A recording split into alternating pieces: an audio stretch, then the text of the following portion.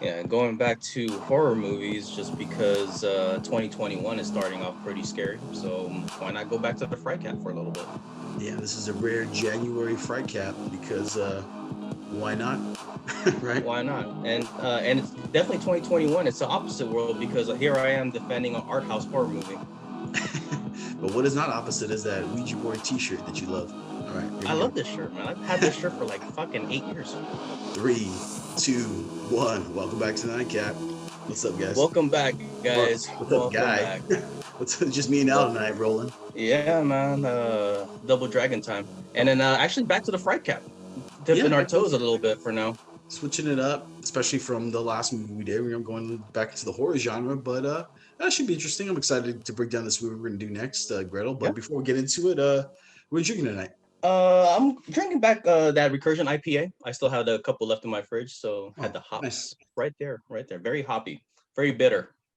Drinking a little whiskey tonight, single Okay. batch, Town Branch Kentucky whiskey. So Oh, uh, nice, it's pretty good. A big flavor. nice. Hell yeah. Yeah, we're going to look into this 2020 film, Gretel and Hansel. Before I hop into the synopsis, don't forget to hit the like button.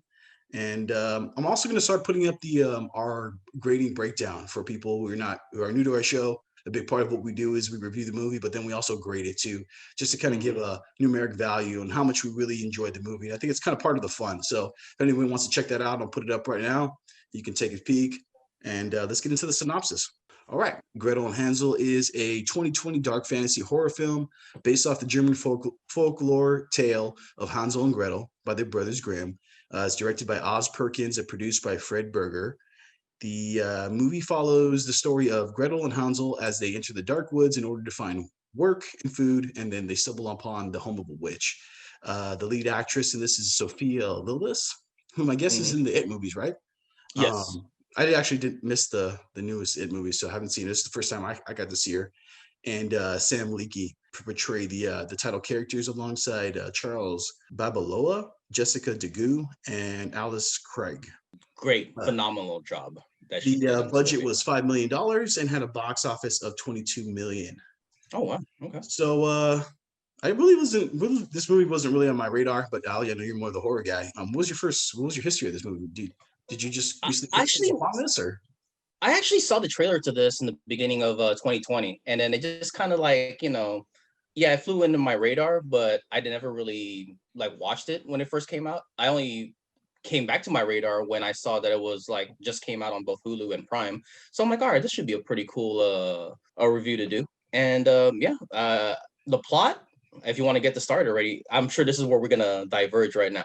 The plot I gave an 8 out of 10 because I like the retelling of Hansel and Gretel. I like the little twist that they did with giving a little backstory to the witch, and also giving a little spoiler alert that Gretel herself has the same kind of powers of being a witch also. So I definitely like that little twist. So 8 out of 10 for me. well, let's begin, shall we? I give it a two. So Oh, yeah, very much different.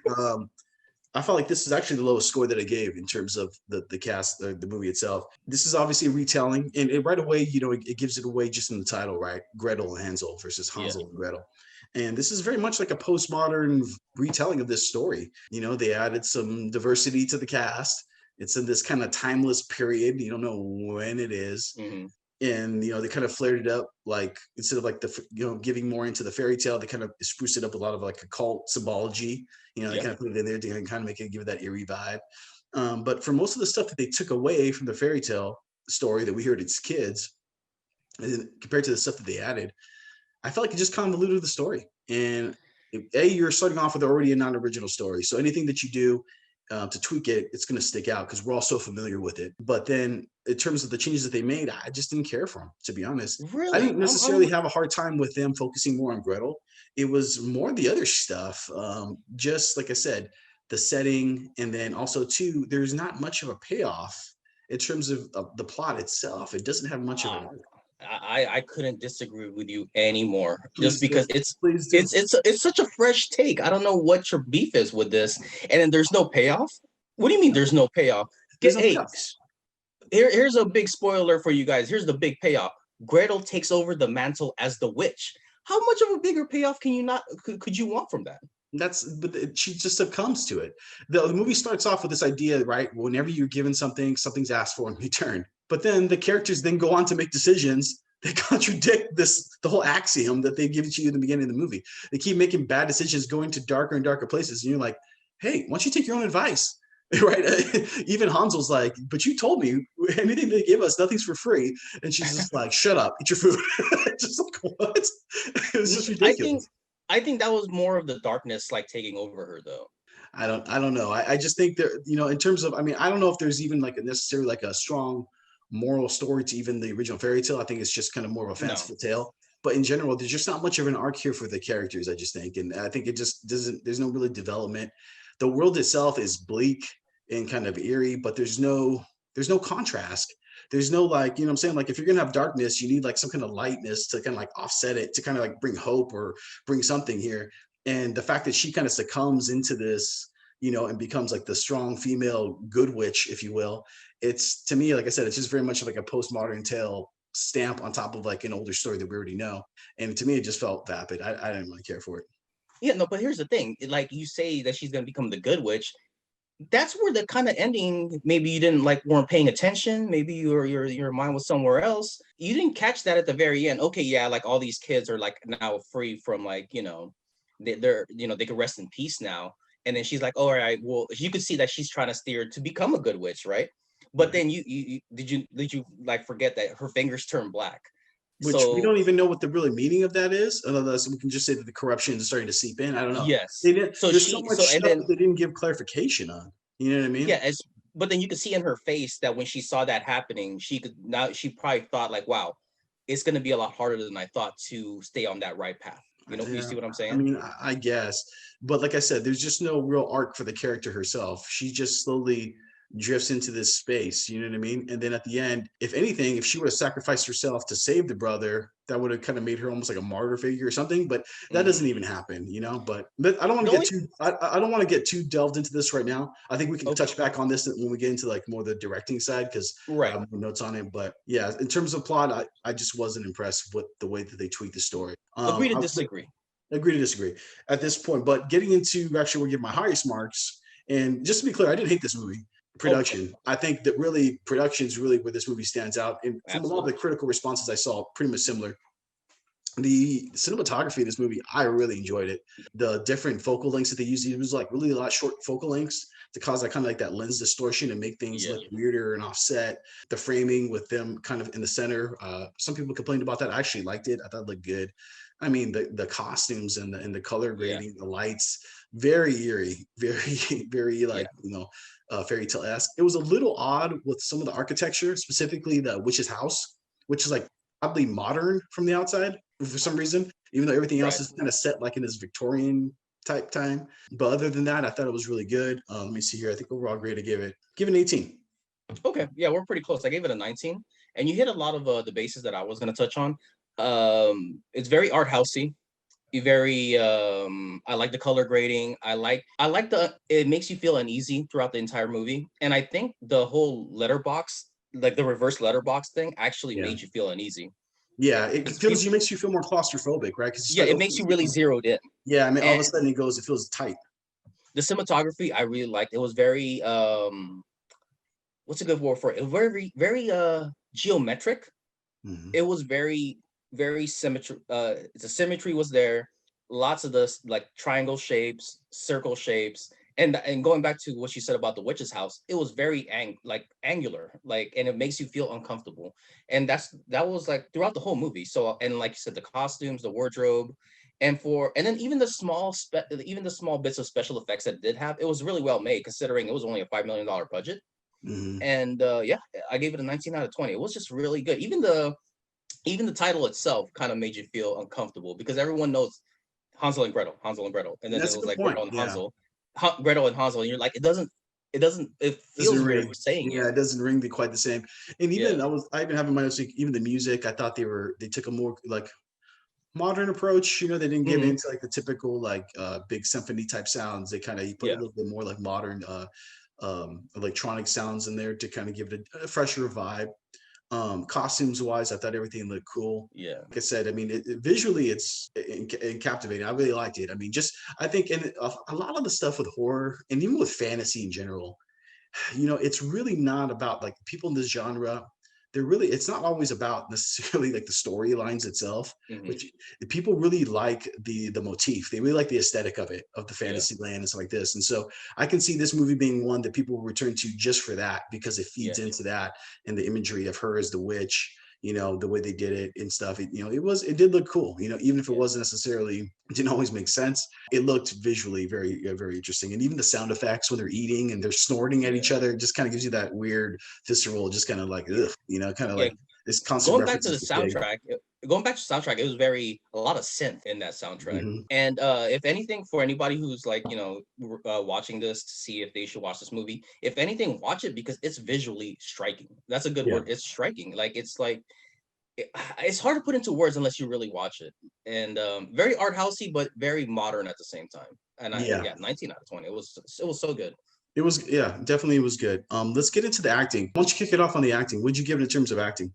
So acting, I gave it a 21 out of 30. I wanted to give it higher just because the witch, Alice Krige. I'm sorry, Craig. If I'm sorry if Yeah, I I'm not sure totally you pronounce it. Yeah. yeah, she did a excellent, phenomenal job at this one, and even Gretel, Sophia, what is Lillis, it, I think is it Lillis? is. Yeah, they carried this movie. Obviously, there's not too many actors in this movie, period. But these two carried it, and I wanted to give it a higher score just because of those two. But then, man, Hansel, it was tough, man. It was tough. It was tough with that kid. I'm not gonna knock a little kid for his acting skills, but I kind of am. So Go ahead, babe. Take a shot. yeah, I mean, it wasn't like I'm sure if I was my 8-year-old Al could have did a better job as Hansel on this one. All right, I don't know. So yeah, 21, knock it down for whoever did the casting on this movie for Hansel anyway, just for Hansel. This was a tough one for me on this because I had a lot of problems with the characters themselves, and like most horror movies, just the decision making and stuff. And there's really not much depth to any of them. You don't even know their motivations. But overall, I still give it a 22 because I do think for what they had to work with, they did a good job. I think specifically Gretel, Sophia Lillis's character, she portrayed a lot, even just in her, like in her emotions and just, and, kind of in between the lines. And the witch too, even behind the makeup, she does a good, she makes you Oh yeah, feel like you almost, as kind of grotesque as she is, you almost see how she almost lulls you a little bit, in that false sense of like, you want to believe her and feel yeah. secure, even though, because of the circumstances and stuff. But yeah, I mean, other than that, I don't know, it's a little rough. Like I said, it's just the main part with these characters is there's just no arc. You know what I mean? They're set here on these kind of collision courses, they collide, and then that's it. And they just kind of bounce off each other in a very predictable fashion.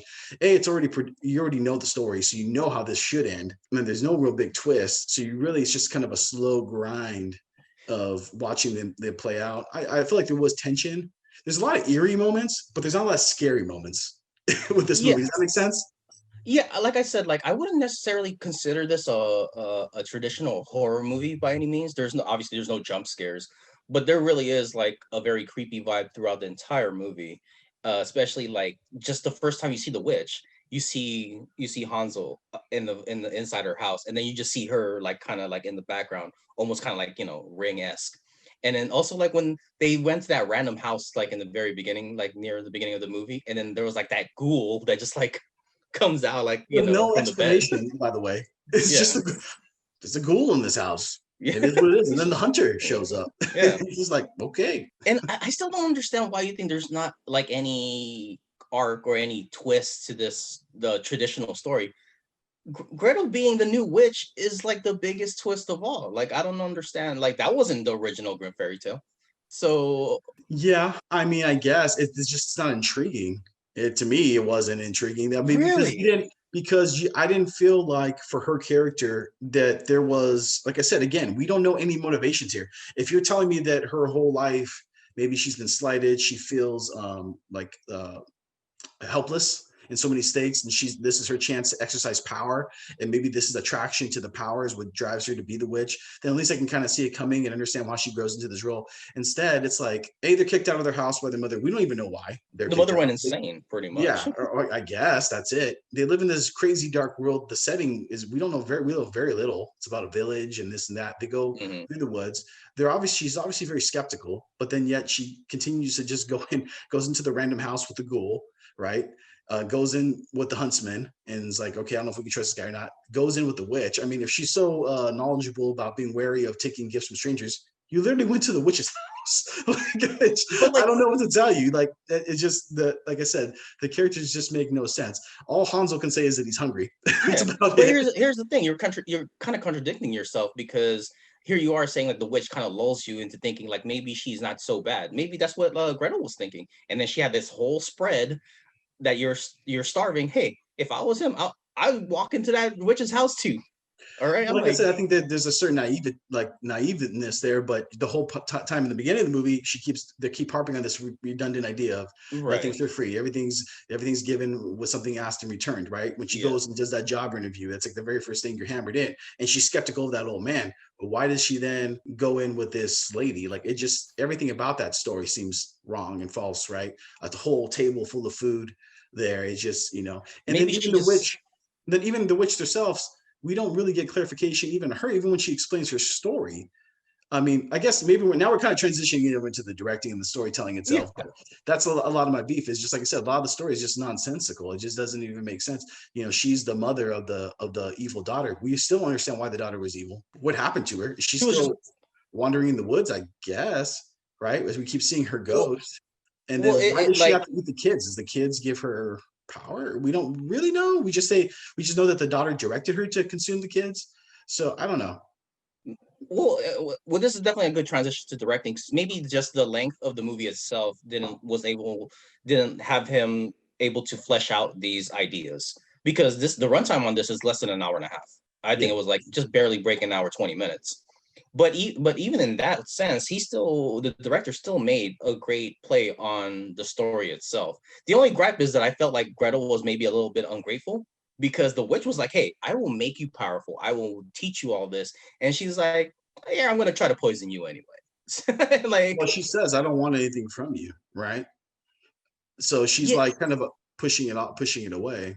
yeah, but I just felt that way. Like the witch was like, I'm trying to teach you all these things, like to make you aware of this big bad world. And I don't know, that's just me. I felt like she was ungrateful. So you would And have taken you would have eaten your brother. I don't think they would have fed her the brother. Like It's he your was like, I'm poison. just She getting said it. She said, no. that's what he He's like, said. I'm just getting rid of the brother because that's your weakness. That's her poison. So she's just trying to get rid of that to make her super powerful. So but other than that, I give the directing 23, 23 Devil, out of 30. you're a real devil's advocate. You know I'm that? just saying, dude. Well, I Like, mean, here's the thing too: is like she's powerful, but she's not all powerful because she's locked in that house essentially. Like if she really had all this power, she would have her own kingdom or this or that. She doesn't really have that much power. And like I said, and we don't really know the story. I don't know if like I said, if eating the children is what keeps her alive or what. She's like almost like this vampiric creature, but we don't really get the full story. So there's just a lot of holes. But then, absolutely. at the end, I mean, I think you could have easily filled in at least a few of the gaps to kind of do it. But like I said, Mhm. everything, all the ways that they kind of took the liberties to go away from the original story, I don't know that any of them really paid off. And so that was my main beef in terms of the storytelling. Oddly enough, this director, I don't know if you looked him up, he's actually the son of Norman Bates in the original Psycho. Oh, Anthony no way. Perkins Okay. is Oz Perkins. So that was kind of interesting. So he's definitely in the horror genre. I mean, to me, really, my notes I put here is just style over substance. It looks great, sounds great. Like I said, was intrigued just because just the photographer in me and the color grading and everything that they did, just liked it alone. It would keep me engaged. Oh yeah. I don't think the performances were bad, but there's just not enough there in the script to really that really pays off in the end. And even though it was short, there was definitely slow, like in a lot of parts, right? Even you Yeah, have to like admit I that. mean, it wasn't gonna be full of action. I mean, granted, like the majority of the film, it was only the witch, Hansel and Gretel. So of course it's gonna be in slow in some parts, and that was a big gripe for me too. But I didn't really feel it too much in this one, just because it was, like you said, it is such a short movie. Yeah, man. I guess we're just gonna have to agree or disagree on this one, just because I felt like the story was there. Yes, there are holes, but maybe your imagination itself could fill in the holes. All right. I guess. Yeah, I mean, I think that's part of the storyteller. His job is to kind of make you walk away feeling like a good resolution. I just didn't feel like there really ever was. There was really nothing for the characters really to grow in, and the story, the plot itself didn't move that far enough to where it's plot driven. So it was kind of like anemic in both ends, but we'll agree to disagree. So let's get into X Factor and let's call it a wrap. Oh, in terms of directing, I'm sorry, what did you give for your score? I gave it a 23. You gave it 23. Okay. I gave it a 17. And even Ooh, then, I almost felt like I could have even gone a little harder, but I took a little wow. easy. Getting into X Factor overall, like I said, again, like I said, I don't hate this movie. And visually, there's a lot of scenes in there and just like picture, visual pictures from it that I just actually still take away. I thought it was really cool. I ended up giving it 5. I think the world he created is interesting, even if it was inconsistent. But maybe if they handed this world off to someone else and they actually could tell the story a little bit better, a little cleaner, I think I would be maybe interested in revisiting it. So I'm not totally done with it, but definitely a lot of room for improvement. Oh man, I gave the X Factor a 9, but I kind of want to switch it to my trademark 10, just for you pooping all over this movie. But I like I like the twist of the story. I like the retelling of the story, but the little twist of, like, being focused on Gretel, having a backstory on the witch, having Gretel taking over the mantle as the witch. That's I don't know what more twist you can, if The you could twist would want. be if the witch won and consumed both the children. That would be a twist. Okay. And I also liked that it was a PG-13 movie. So it kind of goes to show you don't need the R rating movie on a horror movie to give it a creepy, scary vibe. You don't need that. I agree. And also, X Factor, the young witch was pretty hot. Goth, tatted up, alabaster skin. I like what I like. All right. Okay. Oh, well, don't tell. I hope Anna de Armas isn't watching this because she's gonna be Ooh, sorely offended right now, right? After she got her she's hair still, bleached and yeah, permed. she's still straightening her hair, her permed out hair from the Informer. But okay, I guess I'm not your type, Al. All right. All right. Well, overall score. Let's see here. What did I give it? I gave it a 64. So Oh man, I gave my total score is 80. 80. Woof. 80. Man, Yes. Yes, really work yourself up on this one. it's an it's a new year. It's a new year. I'm defending on art house horror movies, and word to everyone out there, I hate art house horror movies. So You're sipping hard for this one. All right. yeah, I am actually. Hey, well, you know what? It's January. We're doing a little fright cap action, and it was fun. I still enjoyed watching it. Oz Perkins, keep working on it. Maybe write a Oh, come on now, like for everyone out there watching this, go watch this movie. It's good. It's good. And tell Steve how wrong he is about the twist. Anna de Armas, I'm sorry. Cheers, everybody. All right, have a great night. See you next time.